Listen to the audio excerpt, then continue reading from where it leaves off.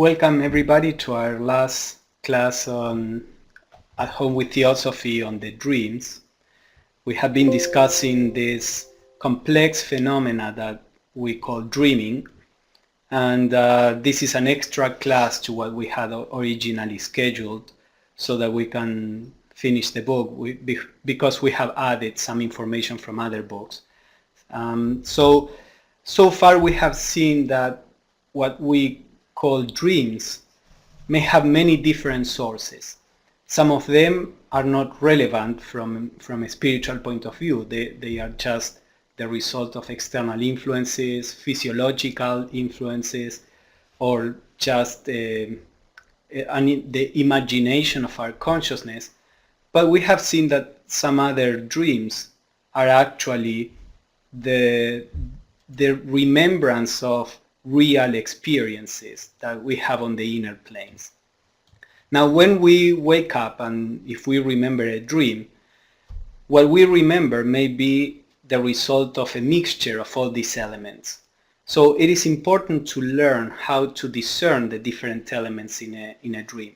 We have been talking about the different sources of these dreams, and today in the last class we will see some examples of how all these dreams from different sources come together in a single memory.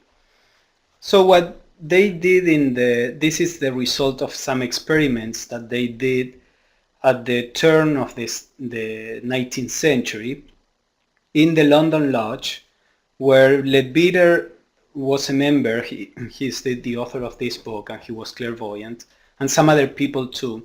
So they were actually researching into how these things happen. So today we are going to see some of these experiments that they did. Experiments on the dream state. The object specially in view in the investigation, part of which I am about to describe, was to discover whether it was possible to impress the ego of an ordinary person during sleep sufficiently to enable him to recollect the circumstance when he woke. And it was also desired, as far as possible, to find out what are the obstacles that usually stand in the way of such recollection. So coming back here to the chart, we are talking about by the ego we are talking about the ray of consciousness, which when it is manifesting through the body, it becomes the personal ego, the idea of I am this body. When we go to sleep, that ray of consciousness retreats to the astral body that you see there on the chart, and that is still a personal manifestation of this sense of I-ness. When that sense of I-ness is expressing itself through the spiritual principles, like at the level of the causal body, as I'm just summarizing what we have seen in the past, then this is a spiritual sense of I-ness. So during dream, we have the ray of consciousness that is the vehicle for this consciousness is the astral body. And what they try to do is to see if they could communicate with consciousness while it was on the astral body, and see how that communication would be remembered when a person wake up. So these are the steps of the experiment that they devised. Steps of the experiment. Choice of two subjects at different stages of development. Sprinkling water on face. Moving the astral body away from the physical body. Presentation of picture of a tropical landscape, A, in normal conditions, and B, with a protective shell around. Waking up and evaluating memory brought back. So these are the basic steps. As Leadbeater describes them, you will understand more clearly what they mean. But they took two different people. One person was probably a servant at the time, they were in England, and probably a very little educated and cultivated person. And the other person, because of the way it is described, was probably a member of the society or something like that. And they talked to these people agreed on conducting this experiment, and then they compare what happened with them, and they try different things in different circumstances. So it's just like a scientist would do. The first experiment tried was with an average man of small education and rough exterior whose astral form, as seen floating above his body, was externally little more than a shapeless wreath of mist. So remember, we said that as evolution goes on, the astral body comes from being just a loose kind of mist to a well-organized body. And this is the idea of evolution is just like the idea of growing up in a child. We wouldn't say that a child is an imperfect human being. We simply recognize that the child is in an early stage of development, but is as respectable as any other human being. So a person that is still not very developed is just like a child. That soul may have studied the process of evolution far later than other souls. So it's just the same kind of relationship. Unfortunately, our mind tends to discriminate and make judgments of things and then take all these distinctions in a way that is not the intended way. So when looking at the emotional body of a person, it is, or the mental body, or even more the causal body, it is clear to the clairvoyant in more or less in what stage of development this person is. If it is just a bud like in a flower, or a fully blown flower. So in this case, the first experiment was in a person that was in the early, relatively speaking, earlier stages of evolution. And when you mean evolution, do you mean from lifetime to lifetime or within that one lifetime? Yeah, no, I would say from the evolution of humanity is very long. We have been evolving for eons in the theosophical view, and at this point we are all more or less in the same stage of evolution, but within that stage there are differences.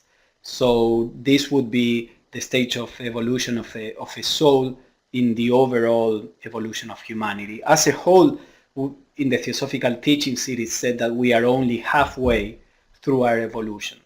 Although there are some people that have gone already through the whole evolution, and these are the enlightened beings and masters, and there are some people that are behind the average evolution in humanity. And again, this is for reasons of when the souls begin to evolve, and some other reasons too. And you've talked about that through our spiritual practice. That's what we do, is one of the byproducts of it is to put order into our bodies, our emotional body and our mental body. Yes, we have discussed that the spiritual practice helps in bringing all these bodies into shape and into a more complex organization, so that they can serve as a good vehicle of consciousness. It was found that the consciousness of the body on the bed was dull and heavy, both as regards the grosser and the etheric parts of the frame.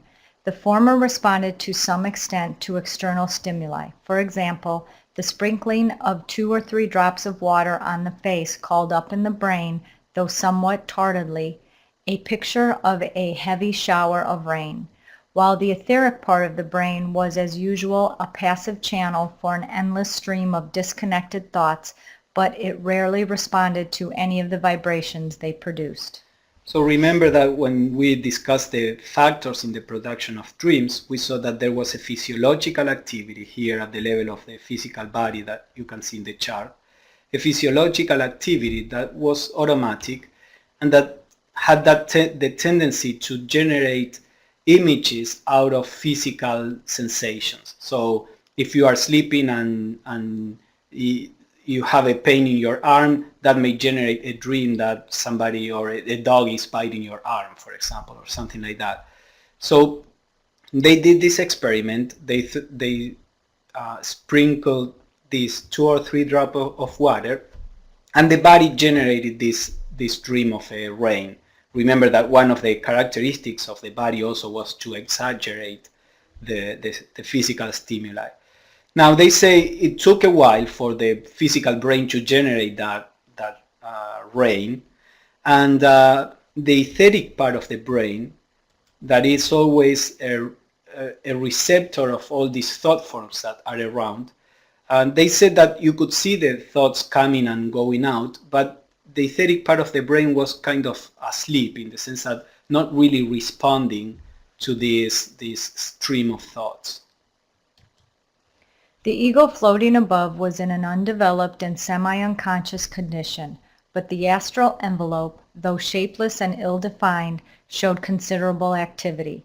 The floating astral can at any time be acted upon, with an ease that can scarcely be imagined by the conscious thought of another person. So when looking at the astral body, you have always these two aspects in a human being, the body itself, the vehicle of consciousness, and the consciousness of the person. So in a baby, for example, you can see that the body is there, but the baby may be asleep in the body. Asleep, not necessarily sleeping, but in this kind of unconscious state. And if something happens to the body may respond without the baby being really awake or aware. So this is more or less what they saw that happened to, or the state of this person on the astral plane. The consciousness itself was quite dormant in the astral body, but the astral body itself would respond to influences from the outside. So normally the way it responds is by generating the kind of or reproducing the kind of emotions that are floating, so to say, around. So if there are some energy, emotional energy related to anger, then when it touches the astral body will reproduce this anger, or the same with love, or the same with any other feeling. And this happens during our day too. Many times we enter in a place and then we get sad, or we get happy, or we enter in contact with people and we reproduce that kind of atmosphere. When we are identified with the emotions, then we think that I am sad, I am angry, or I am happy, while all that our astral body is doing is just reproducing the external atmosphere. So part of the spiritual work is to be able to separate ourselves from the emotions, not separating in the sense of disassociating, but separating in the sense of being able to observe the emotions as something that happens to us and not as being us, the emotions. But anyway, what they observed is that even though the consciousness on the astral plane was asleep in this person, the astral body responded to the external stimuli. The experiment was made with drawing the astral to some little distance from the physical body on the bed, with the result, however, that as soon as it was more than a few yards away, considerable uneasiness was manifested in both the vehicles, and it became necessary to desist from the attempt, as evidently any further withdrawal would have caused the man to awake, probably in a state of great terror. So we have seen that the astral body, when it is well developed, can travel anywhere in the world. The more it is developed, the easier it is for the astral body to travel.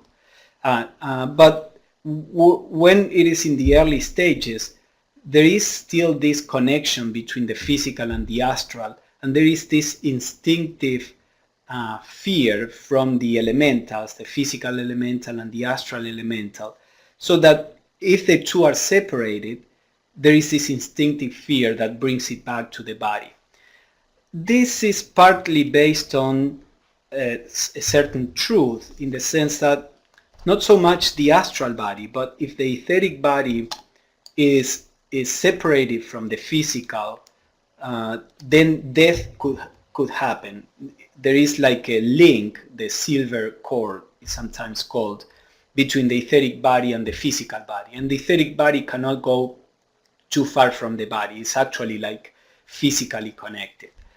The astral body, on the other hand, can travel anywhere, but there is this instinctive reaction when consciousness is not fully developed to be afraid of separating the astral body from the physical. And that's what they saw. So as soon as they saw that the body would become a little restless, then they stopped trying.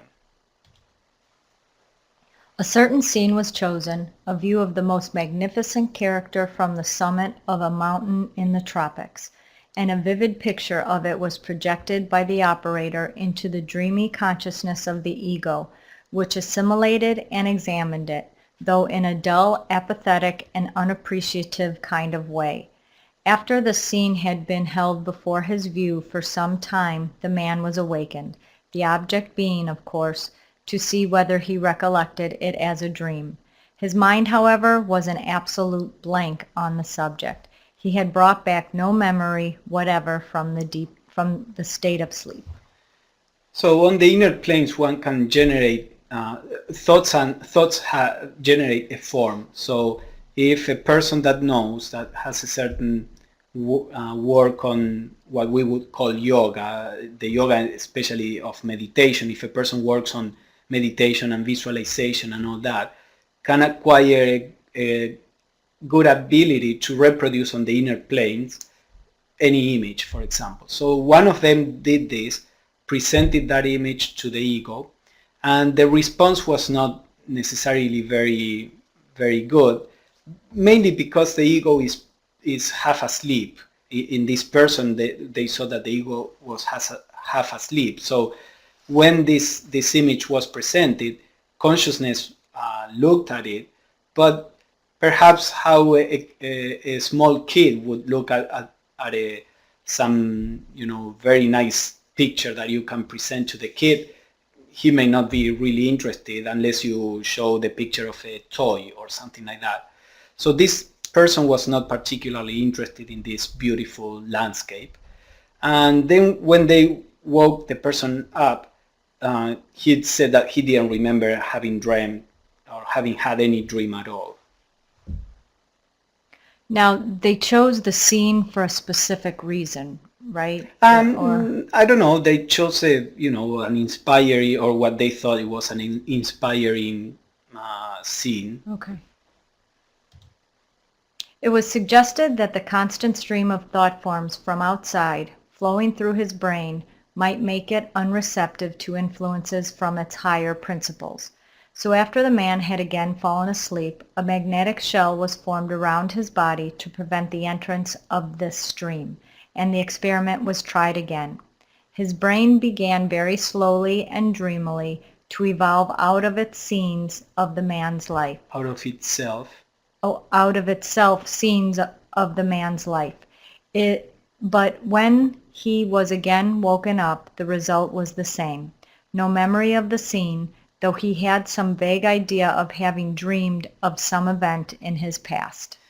So remember we said that there are thought forms constantly running through the etheric brain, part of the brain, and so they thought, well, maybe the image that the ego was watching on the astral plane could not be impressed on the brain, on the physical brain, because the brain was distracted with all these images going around. So they generated this kind of shell that we can talk about it at the end of the meeting if we have time, this idea of the shell. But it's basically a shell of astral matter to prevent external thoughts from coming into the field of consciousness. And then in that case, the brain itself began to because the brain was not occupied in anything, began to generate some images that were the result of past experiences.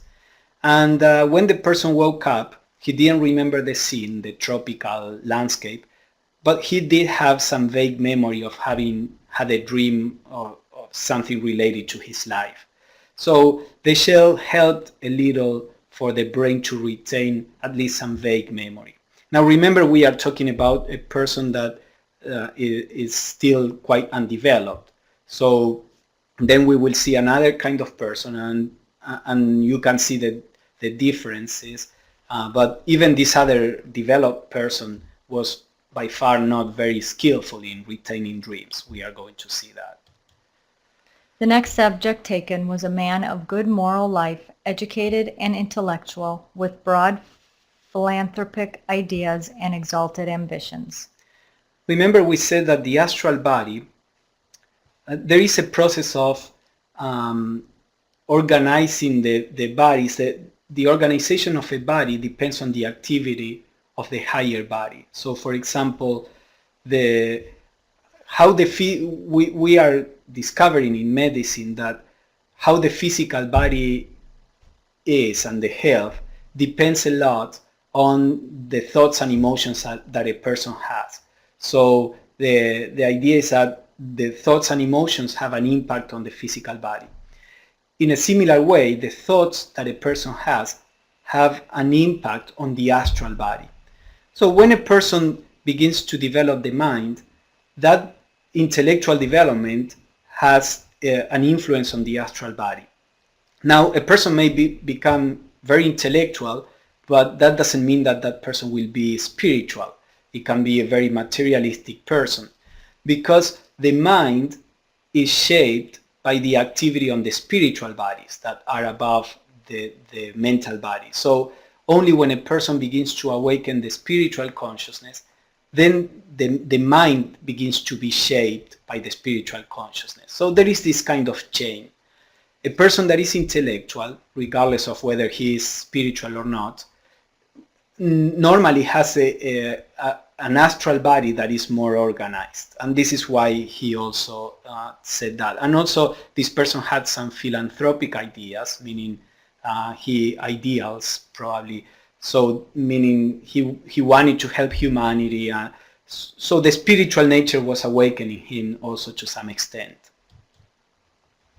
In his case, the denser body responded instantaneously to the water test by a very respectable picture of a tremendous thunderstorm, and that in turn, reacting on the etheric part of the brain, called up by association a whole series of vividly represented scenes. When this disturbance was over, the usual stream of thoughts began to flow through, but it was observable that a far greater portion of them awoke a response in his brain. Also that the responsive vibrations were much stronger, and that in each case a train of associations was started which sometimes excluded the stream from outside for quite a considerable time. So the first thing they noticed is that the brain was far more sensitive, or the body in general, far more sensitive in this case, immediately generated these images. It's not that there is any virtue in generating this image of a thunderstorm. The point here, the body always does that. The body just turns a physical stimuli, as we said, into some image. But they noticed the sensitivity and how fast it did it. And then also there was the physical brain and the etheric brain were far more active, and whenever these thought forms from the outside would come into the influence, the sphere of influence of this consciousness, then it would awaken a response. Again, in the other case, these thought forms were going through the etheric brain, but the person wasn't even responding. So you can see that the general characteristic is that as a person grows in development, it becomes far more sensitive. Then that becomes a problem itself, because the body and the brain and the etheric part of the body, they become too active, so that very activity becomes an obstacle for the spiritual influence. So eventually, once the sensitivity is developed, the person has to work on being able to generate a state of like silent awareness and this more passive attitude of the vehicle of consciousness, so that they are ready to respond to the spiritual consciousness. But anyway, the point here is that this person was far more sensitive, far more responsive, and whenever some associations of thoughts were generated in the brain, the activity was good enough to exclude external thoughts.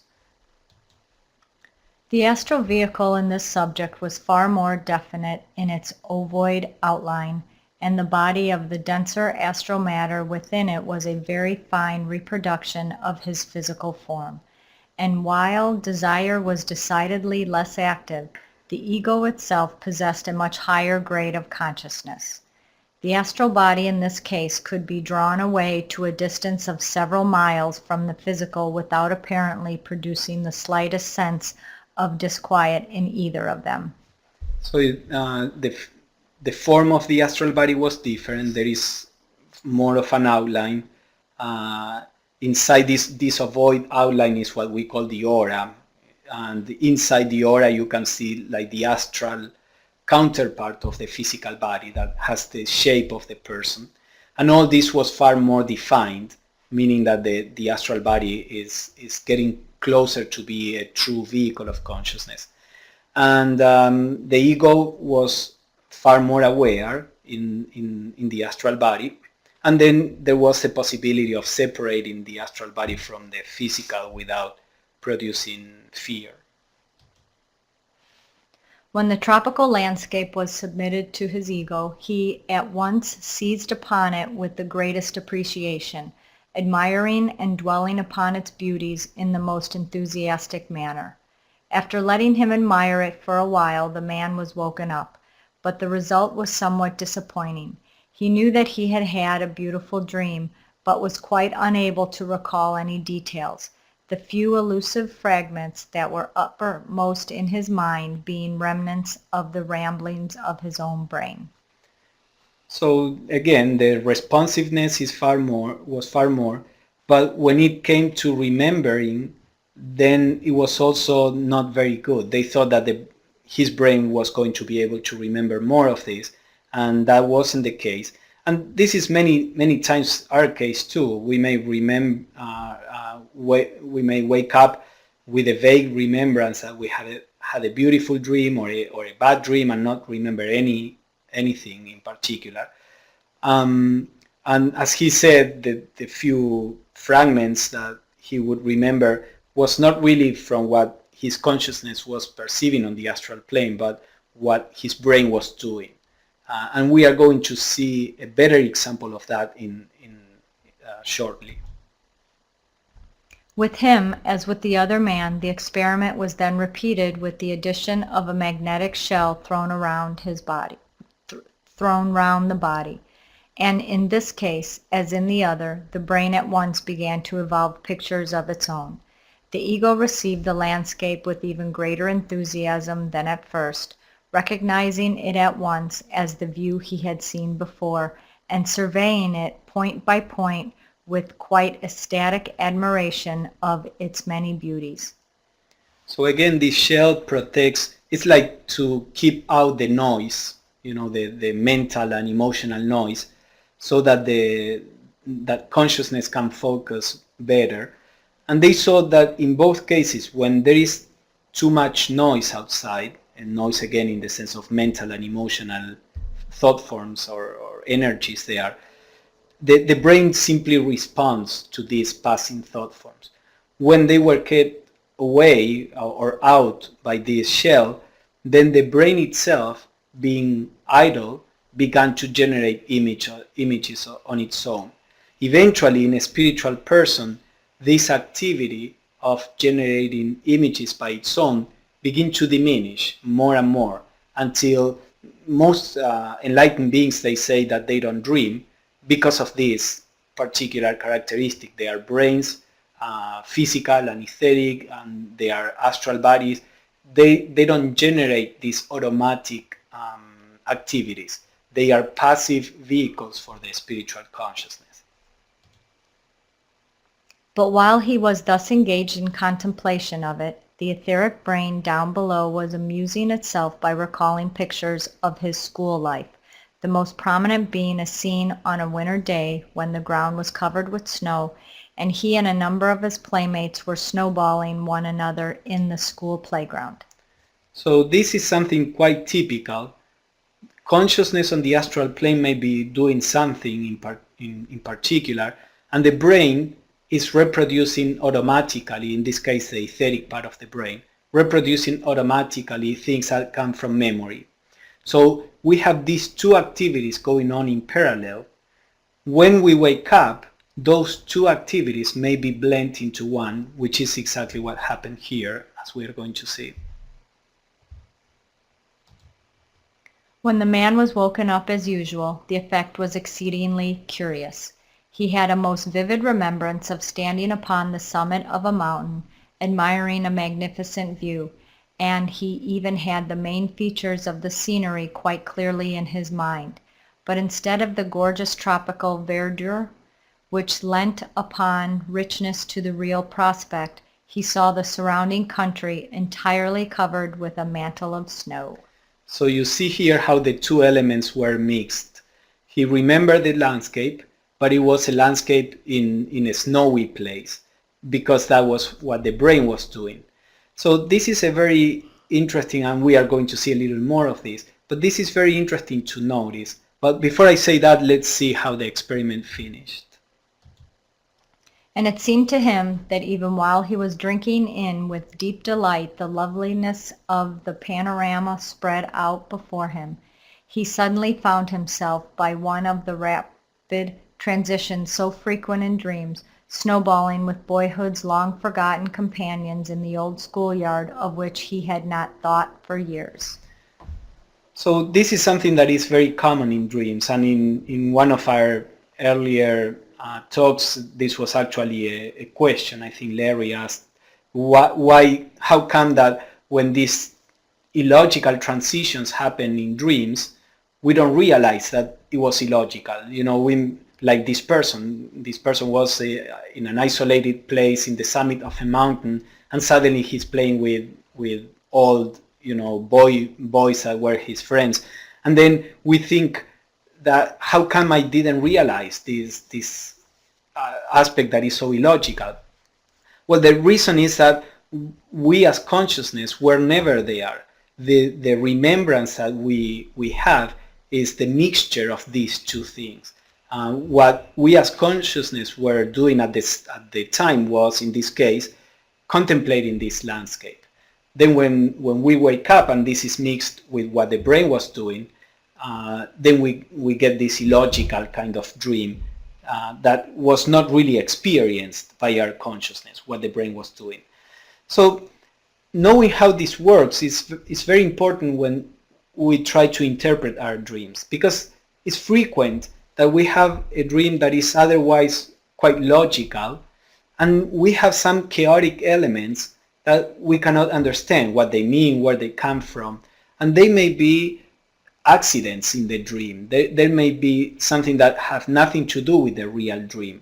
We may have had a very meaningful dream, and then all these chaotic elements is the mixing up with what the brain was doing at the time. So with experience, we can learn how to separate these things, and to separate the deeper dream, the more meaningful dream, and the main story of the dream from the other elements that are mixed up as we wake up. Conclusion. The object specially in view in the investigation part of which I am about to describe was to discover whether it was possible to impress the ego of an ordinary person during sleep sufficiently to enable him to recollect the circumstance when he awoke, and it was also desired as far as possible to find out what are the obstacles that usually stand in the way of such recollection.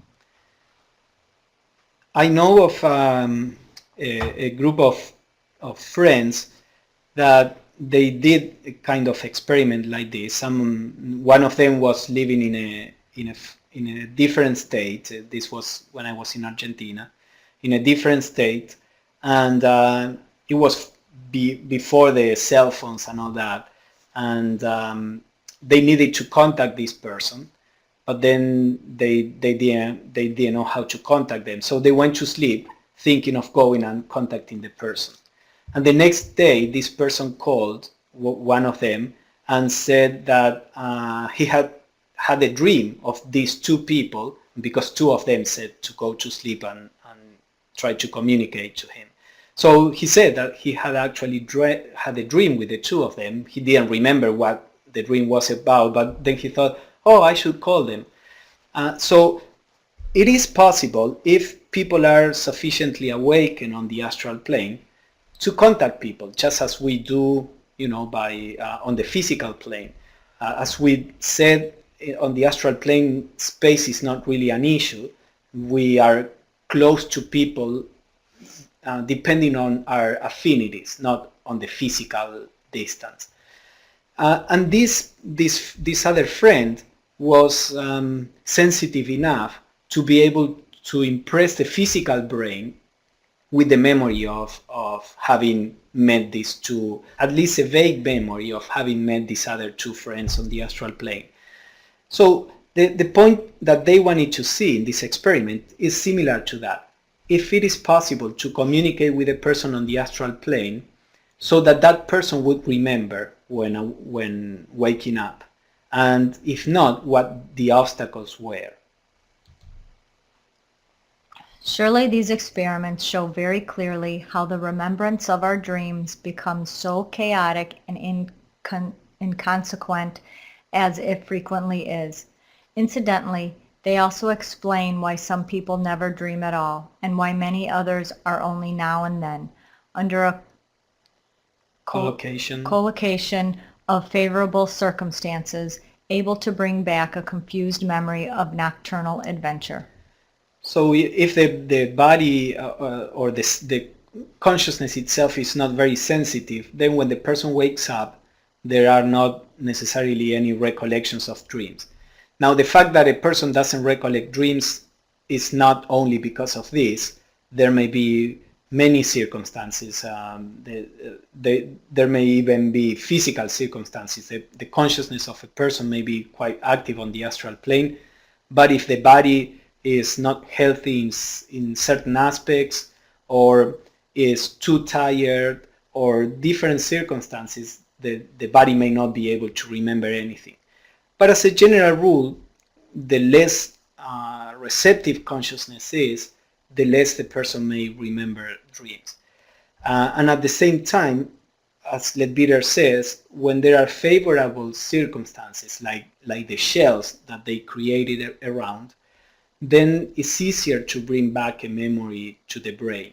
So many times the difficulty is also based on how much noise is there on the astral plane. We see further from them that if a man wishes to reap in his waking consciousness the benefit of what his ego may learn during sleep, it is absolutely necessary for him to acquire control over his thoughts, to subdue all lower passions, and to attune his mind to higher things. If he will take the trouble to form during waking life the habit of sustained and concentrated thought, he will soon find that the advantage lie gained thereby is not limited to the daytime in its action. So we talked about this, that if during the way to train ourselves is, or the time to do it is during the day. And there is this phrase, I think, from the Bible that I'm paraphrasing, but says, hurry to work while it is still day, because the night comes and then nobody can do anything else. So the idea is that it is when we are awake that we can generate a certain cause that will be reproduced when we are asleep. And in a similar way, it is when we are alive in our physical life that we can generate certain causes that will be reaped in the afterlife. So it is said that the physical plane is the world of causes, and then the inner planes are the world of effects. We can still have activity on the inner planes, but how much activity we can have depends on what we do on the physical plane. So if we begin to try to work on ourselves during our waking life, trying to train our brain to be receptive, to be in this state of silent awareness, if we train ourselves to keep our desires under control, in the sense of being able to drop desires that are unhealthy and being able to let desires that are healthy, just fulfill themselves. If we train ourselves in this way, then we can do the same when we are asleep. When there is some experience that is important, we know how to calm down the brain, how to quiet the brain, just as we do in meditation if we practice meditation, so that the memory can be impressed in the physical brain. This is what Leadbeater says is part of the results of the spiritual practice. Not only on our daily life that we are more in control, we are calmer, but also on what happens on the inner planes. Let him learn to hold his mind in check, to show that he is master of that also, as well as of his lower passions. Let him patiently labor to acquire absolute control of his thoughts, so that he will always know exactly what he is thinking about and why. He will find that his brain, thus trained to listen only to the promptings of the ego, will remain quiescent when not in use, and will decline to receive and respond to casual currents from the surrounding ocean of thought. He will then no longer be impervious to influences from the less material planes, where insight is keener and judgment truer than they can ever be down here. So again, for example, if we are driving to go to work or walking, whatever we do, when we get there and we look back, for the most part, we are not aware of what happened between leaving the house and getting to work. And if we remember anything, we can see that the brain was just reproducing all kinds of thoughts. And all those thoughts are not really thoughts that we produced. In the theosophical view, the source comes from the outside. The outside thoughts that are always floating there in the mental and astral planes impact our field of consciousness, and they generate a response to similar kind of thoughts that are within our memory. So if there is a thought of anger outside, it will impact our emotional body and will generate a train of thought of we being angry at whoever we are angry at the moment. We'll use our own elements.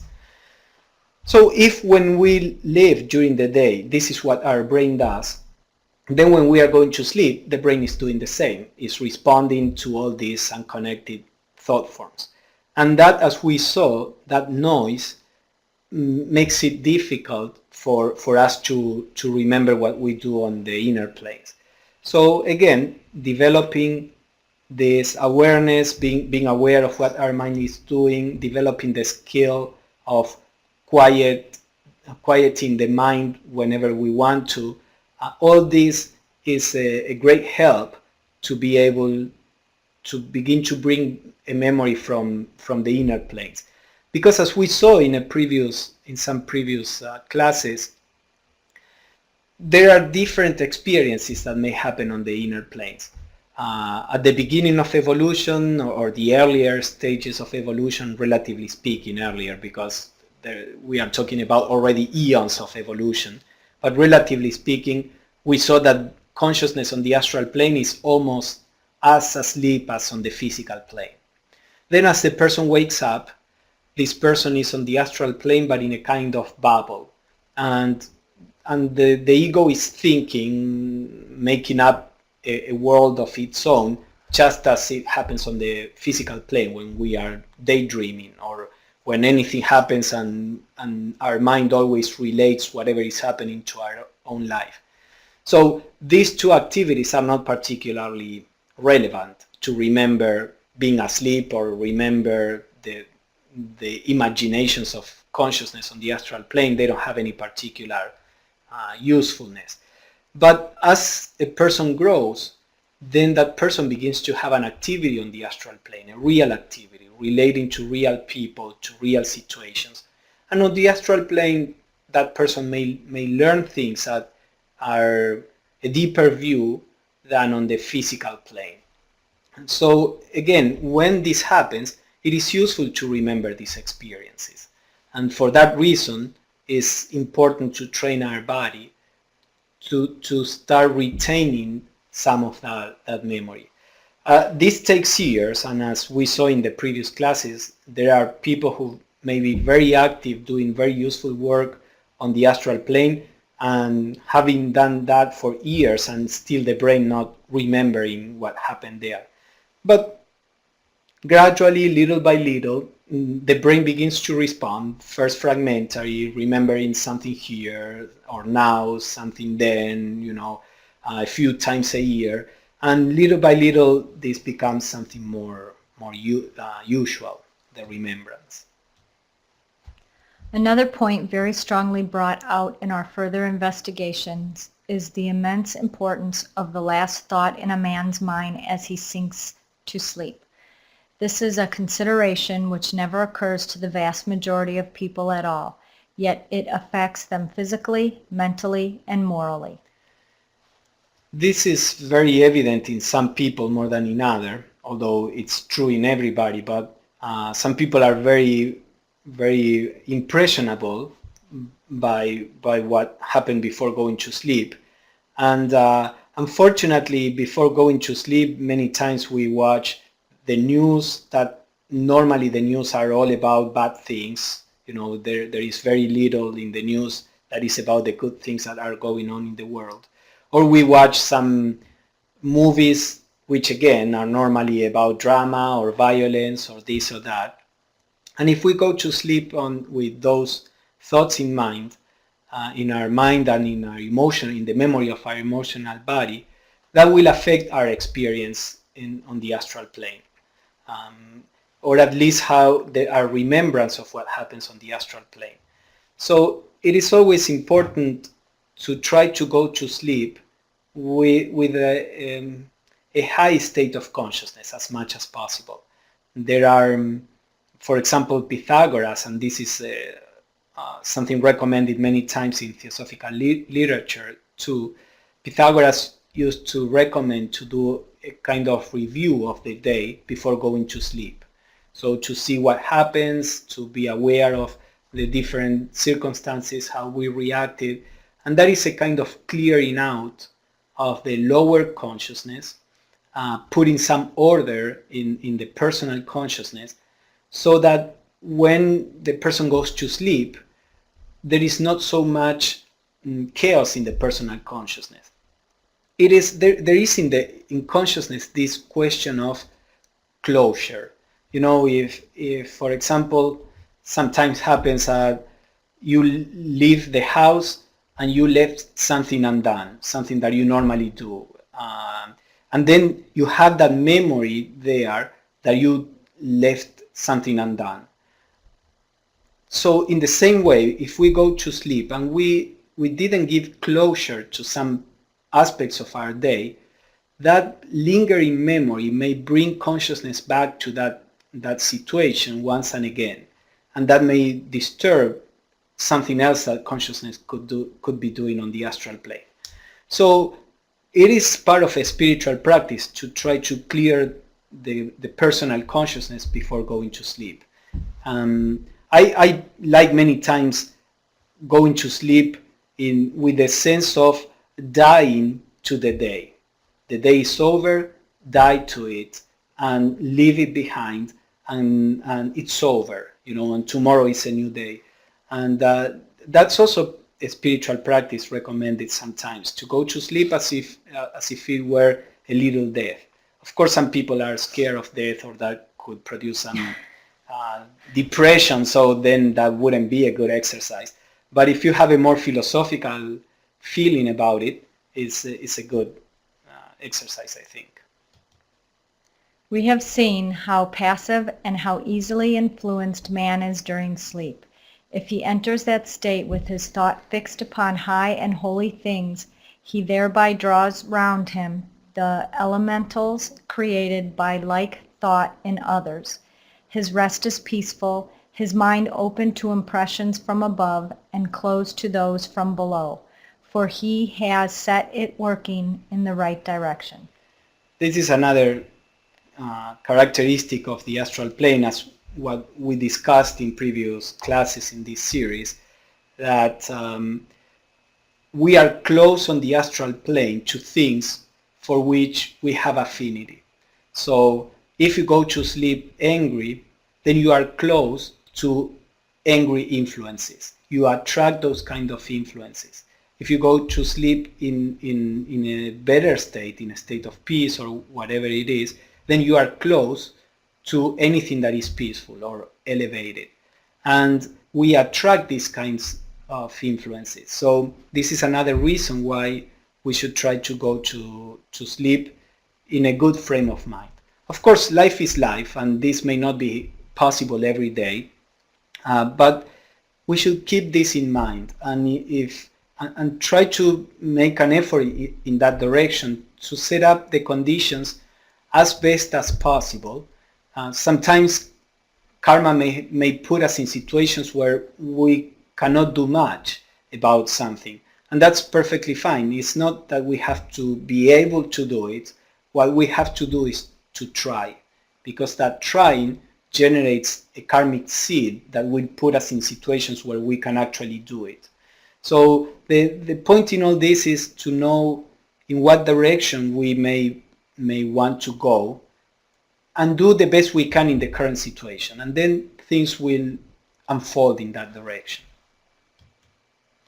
If, on the contrary, he falls asleep with impure and earthly thoughts floating through his brain, he attracts to himself all the gross and evil creatures who come near him, while his sleep is troubled by the wild surgings of passion and desire which render him blind to the sights, deaf to the sounds that come from higher planes. All this is based on the idea of elementals and thought forms that we cannot really explore really in depth in this class. We have talked about this in some other series. When I think the first one that we did on the power of thought, we talk about this quite in depth. But this is the same concept. We get in touch with the same energies that we are vibrating. All earnest theosophists should therefore make a special point of raising their thoughts to the loftiest level of which they are capable before allowing themselves to sink into slumber. For remember, through what seems at first but the portals of dream, entrance may perchance presently be gained into those grander realms where alone true vision is possible. So this is part of what we were talking. Being aware on the astral plane may give rise to a higher activity. But again, this all depends on the evolution of consciousness. There are some tricks that we can practice to stimulate awareness on the astral plane, and lucid dreaming and all this. And that doesn't necessarily mean that our activity on the astral plane will be relevant. We may have a lucid dream, which means merely that we trained our brain to remember what happened on the astral plane, but we may be on the astral plane in our little bubble, creating and recreating scenes, having fun, but just having fun in our imagination, nothing that is really relevant as a real life on the astral plane. So always the unfoldment of consciousness is first, and then learning or reshaping the vehicles of consciousness so that we can retain the memory is the second aspect. But if we start training ourselves into this, then going to the inner planes may become a spiritually relevant activity. And this is why it is important to work in this direction. If one guides his soul persistently upward, its inner senses will at least begin to unfold. The light within the shrine will burn brighter and brighter, until at last the full continuous consciousness comes, and then he will dream no more. So this is the idea that we were talking about, the dreams that are produced by the brain and the automatic response of the astral body, etc. They disappear, and the person remembers things done on the inner planes, but those are not dreams, they are really experiences. At the moment when we remember those experiences, fragmented and all that, they look like dreams, but from a technical point of view they are not dreams in the sense of They are not imaginations produced by our brain or our inner vehicles of consciousness. To lie down to sleep will no longer mean for him to sink into oblivion, but simply to step forth radiant, rejoicing, strong, into that fuller, nobler life where fatigue can never come, where the soul is always learning, even though all his time be spent in service, for the service is that of the great masters of wisdom, and the glorious task they set before him is to help ever to the fullest limit of his power in their never-ceasing work for the aiding and the guidance of the evolution of humanity. And this is related to the idea of the invisible helpers that we discussed briefly in one of the classes, and as I said, there is a whole book about this. If you are interested in the subject, written by Leadbeater, it's called Invisible Helpers. You can read that book, but then if you are a person that is interested in further in the spiritual growth of people, of humanity in general, then on the astral plane, it's also another field of activity where we can do that. So this is the end of the book. There are some, as I said several times, we have not gone through everything in the book because that would take too long. I just chose whatever I thought was more relevant to discuss according to the time we have. If you are really interested in the subject, go and read the whole book. We have a couple of minutes. Let me talk briefly about the idea of shells. And Leadbeater explains this better in some other books. In this one, there is just a brief mention. But the idea is that matter, especially not so much physical matter, although this is also possible, but then you need a special training. But the subtle matter of the astral plane and the mental plane, they follow our imagination, they follow our will. Just as, how do we move our arm? We just will to move it, and then that will generates a nervous reaction that is transmitted to the arm, and then the arm moves. So there is a willing of something that produces emotion. In the same way, willing to manipulate astral matter or mental matter, even if we don't see it, it produces a result. And the result is more or less effective according to how trained our will is.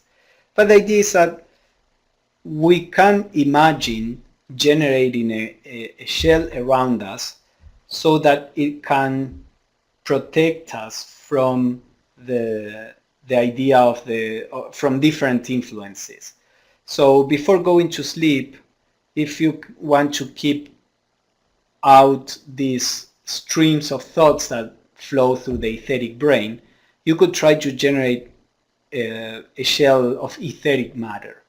Now, you have to be careful not to generate a shell of astral matter, or at least not of the higher astral matter, because then if you generate a shell of astral matter, when you go to the astral plane, you will be enclosed in that shell.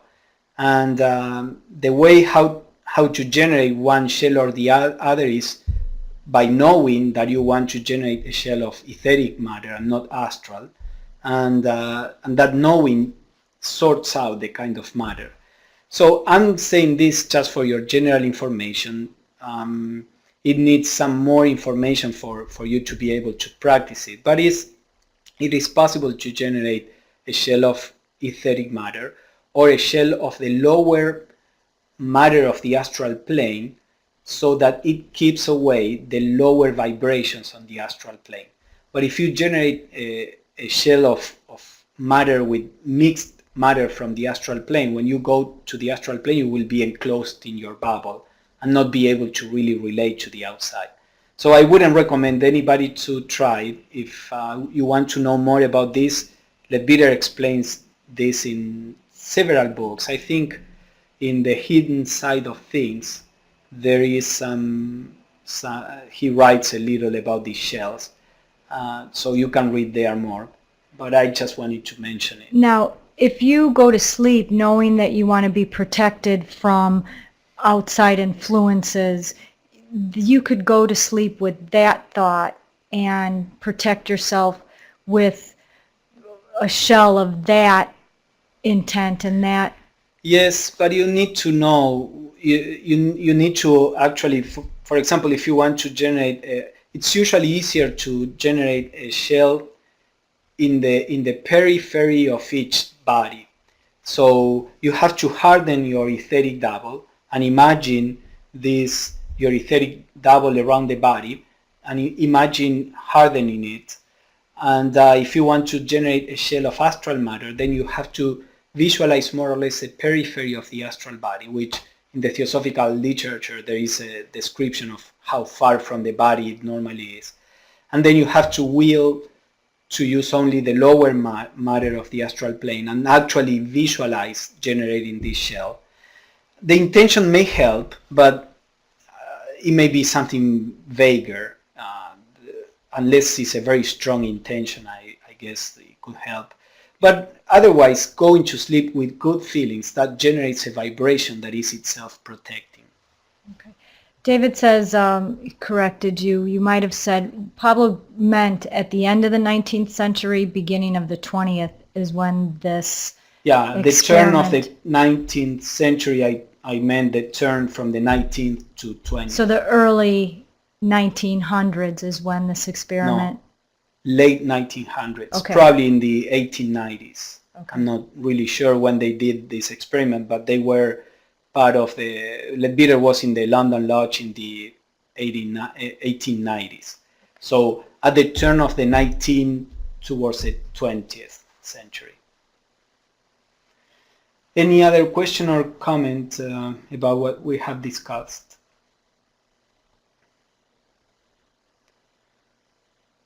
As you see, what we call dreaming is quite complex. That's why I'm always a little reluctant to books that interpret dreams. They are helpful to some extent. They can interpret the symbolic dreams or can help you in some aspects. But then there are so many other factors. However, knowing about them does help for you to interpret your dreams. So actually you start, if you start paying attention to your dreams, you will begin to remember them more and more, and you can actually start recognizing all these different elements. Thank you, Diana.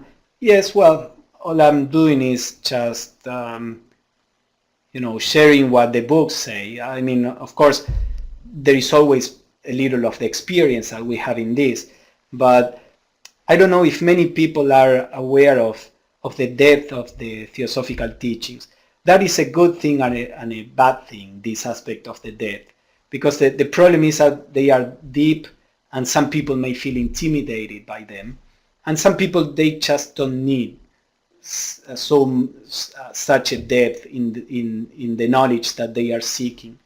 But at the same time, if you are a person that is interested in understanding these things deeper, I think it's it would be a shame if we just forget about all this, and if we just approach all these subjects in a more superficial way, when potentially we can do far more.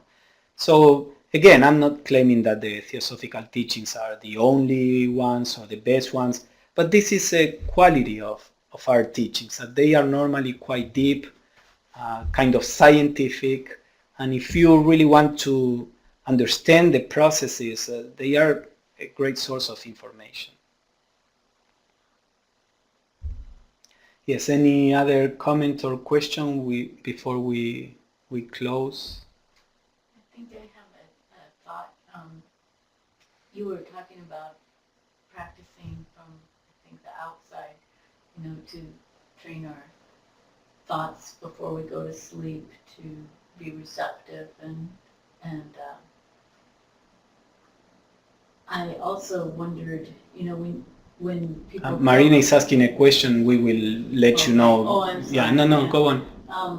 When people don't do that, when it's just naturally happening, isn't there still some sort of natural thing that happens with dreaming that it kind of might be bringing slowly things to consciousness and coming up through the different levels until you finally see it in your physical waking life or wake up to it? I think that's a natural thing. Yeah, I think Marina is asking, and correct me if I didn't understand, she's saying that even if we don't try to do this consciously, these kind of things happen naturally, so the person may naturally grow into bringing some of these changes in daily life and in the dreams, and then like making this connection, kind of connection. Is that? I think it might be like built into nature or something. Yeah, so she says this may be built into nature. And yes, that is exactly the theosophical concept. All these things happen naturally because they are built in nature. The problem is that the natural work is very slow. When we see how slow evolution is, how many eons everything takes to develop a little organism from another one, it takes millions of years, because the natural pace is always very slow. So when talking about the cycles of evolution, according to the theosophical view, we have billions of years of evolution ahead of us if we just go naturally with nature. Now, human beings have a creative aspect because we are said to be a divine spark. So whenever we put our consciousness, our intention into something, we accelerate those processes far more than is possible by just natural impulse. So all these things will happen naturally to humanity in the next few billion years, so to say. You know, in the next round, if you know anything about the theosophical cycles of evolution. But we don't need to wait for that. We can do all this faster, and the reason to do it faster is not to win any race or competition, but is that there is a world, a far deeper and amazing and blissful world out there, while we are caught in this little petty conflictive life. And this is part of our experience. But if we put our mind to it, we can transcend this stage of evolution far faster than nature will ever take us. If we don't, then we will eventually get there after many lifetimes. So yes, that is correct, and that's the idea. Part of the idea of theosophy is to make people aware of this so that they can do it more consciously. All right, anything else? Well, thank you everybody for joining us through all this class. I'm going to send a link as usual, and maybe perhaps a last exercise for you if you want to practice. It was a pleasure to share this with you. We are going to do another At Home with Theosophy probably in the fall. We will choose some other book. Feel free to suggest books. Normally I try to take smaller books so that they are manageable in a relatively short number of classes. If you have any theosophical book in mind, just send me suggestions, and then I'll see what I can do. And I hope to see you in this or any other webinars in the future. Thank you everybody, and have a great week. Bye-bye.